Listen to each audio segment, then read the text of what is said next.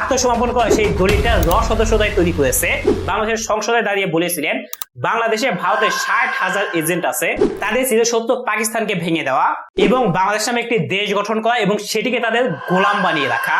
কিন্তু তিনি ভারতের গোয়েন্দা সংস্থা রয়ের সাথে মিলে বাংলাদেশকে ভেঙে দিতে চেয়েছিলেন। আপনারা কি ভাবছেন এগুলো এমনি এমনি হচ্ছে? এগুলোর পিছনে পরিকল্পিত মাস্টার প্ল্যান আছে।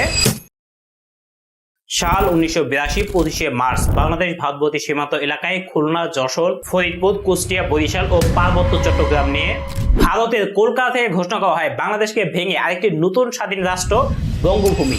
আলাদা পতাকা, আলাদা ম্যাপ, এমনকি সেনাবাহিনী পর্যন্ত প্রস্তুত করা হয়, যার নাম দেওয়া হয়েছিল বঙ্গসেনা। এবং এই সেনাবাহিনীর প্রধান ছিলেন কালিদাস বৈদ্য। এই কালিদাস বৈদ্য মহান মুক্তিযুদ্ধের সময় বাংলাদেশ আওয়ামী লীগের একজন প্রভাবশালী সদস্য ছিলেন, কিন্তু তিনি ভারতের গোয়েন্দা সংস্থা রয়ের সাথে মিলে বাংলাদেশকে ভেঙে দিতে চেয়েছিলেন।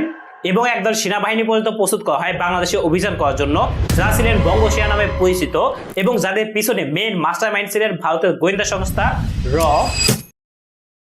একটা বাক্যই বলতে পারি, আমাদের জাতীয় ঐক্যের সাথে দেশপ্রেমিক সশস্ত্র বাহিনীর সচেতন সমর্থনকে দুর্বল করাই রয়ের লক্ষ্য এবং উদ্দেশ্য, এবং এটি আগেও ছিল, এখনো আছে।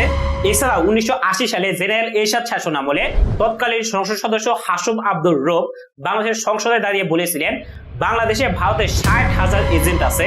1980 সালে যদি 60,000 এজেন্ট থাকতে পারে, তাহলে বর্তমানে কত থাকতে পারে একবার চিন্তা করে দেখেন।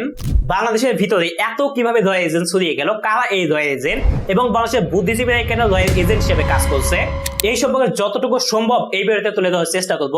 চলুন কথা বলা যাক ভারতের রিসার্চ অ্যানালাইসিস উইং রয়্যাল কার্যকলাপ নিয়ে। আচ্ছা, রয়্যাল এজেন্ট যে বাংলাদেশে আছে এটার প্রমাণ মুক্তিযুদ্ধের সময় পাওয়া যায়। মুক্তিযুদ্ধের সময় ভারত এবং ভারতের গোয়েন্দা সংস্থা র আমাদেরকে বিভিন্নভাবে হেল্প করেছে, যেমন মুক্তি বাহিনীকে ট্রেনিং প্রদান করা, অস্ত্র সরবরাহ করা এবং পাকিস্তানি হানাদার বাহিনীদের কূটনীতিক পরিকল্পনা সম্পর্কে অবগত করা সহ আরো বিভিন্নভাবে হেল্প করেছে, যার ফলে 9 মাসের মাথায় বাংলাদেশ যুদ্ধ জিতে যায়। তবে এটা ভয়ঙ্কর একটা দিক যেটা তেমন কেউ জানে না। 1971 সালের 16 ডিসেম্বর যখন পাক বাহিনী আত্মসমর্পণ করে সেই দলিলটা সদস্যতায় তৈরি করেছে। জেনারেল নিয়াজি আত্মসমর্পণ করতে রাজি হওয়ার পর রয়্যাল অফিস থেকে এই দলিলটা প্রদান করা হয়। ভারতের সেনা সদস্য জগদশ সিং তার নেতৃত্বেই সেই দলিলে সাইন করেন জেনারেল নিয়াজি।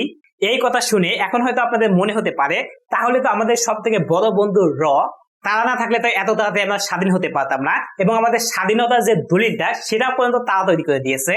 বাট এটিকে তারা এমনি এমনি করেছে, তাদের কোনো উদ্দেশ্য ছিল না। তাদের ছিল সত্য পাকিস্তানকে ভেঙে দেওয়া এবং বাংলাদেশ নামে একটি দেশ গঠন করা এবং সেটিকে তাদের গোলাম বানিয়ে রাখা। এছাড়াও বিভিন্ন ধরনের টার্গেট আছে যেগুলো এখনো বাস্তবায়ন হয়ে যাচ্ছে।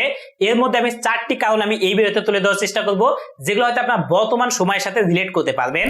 প্রথমত, ভারতের চিরশত্রু পাকিস্তানকে ভেঙে দিয়ে সামরিক এবং অর্থনৈতিক ক্ষমতা বিস্তার করা। দ্বিতীয়ত, এই জাতীয় তথ্য মিথ্যা প্রমাণের আড়ালে বাঙালিদের মনে অখণ্ড ভারত চেতনার অনুপ্রবেশ ঘটানো, আমাদের স্বৈরাচার সরকার ক্ষমতায় থাকা অবস্থায় যেমনটা ছিল। তৃতীয়ত, ভারত সমর্থনকারী একটি রাজনৈতিক দলকে সর্বোচ্চ পরিমাণে সাহায্য সহযোগিতা দিয়ে বাংলাদেশের ক্ষমতায় টিকিয়ে রাখা, যাতে পার্শ্ববর্তী সেভেন সিস্টার্স এর বিদ্রোহ দমনে বাংলাদেশকে প্রয়োজন মতো কাজে লাগানো যায়। চতুর্থ, বাংলাদেশিদের পশ্চিমবঙ্গের মতোই শুধুমাত্র সংস্কৃতি চর্চার আড়ালে কাই কারবারে একটি নিম্ন জায়গায় পরিণত করা।